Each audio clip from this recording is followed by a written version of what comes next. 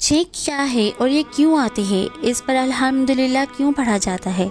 इंसान हो या जानवर, छोटा हो या बड़ा, सभी के दिल में खून गर्दिश करता है और साफ होकर दिल से तमाम रगों में पहुंचता है। जब खून में कोई कार्बन यानी कचरा आ जाता है तो दिल में खून पहुंचने में रुकावट आ जाती है, जिसकी वजह से पल भर के लिए दिल की धड़कन में भी रुकावट आ जाती है। फिर छींक आने पर झटके के साथ खून वापस चल देता है, कार्बन यानी कचरा दूर हो जाता है। फिर इससे एक लम्हे के बाद दिल की धड़कन शुरू हो जाती है।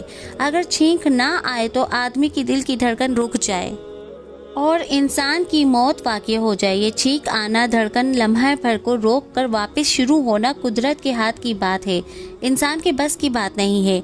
इसलिए छींक आने पर अल्हम्दुलिल्लाह कहना चाहिए। अल्लाहु अकबर। गौर करें, छींक कैसी अजीम नेमत है, ना आए तो इंसान मर जाए।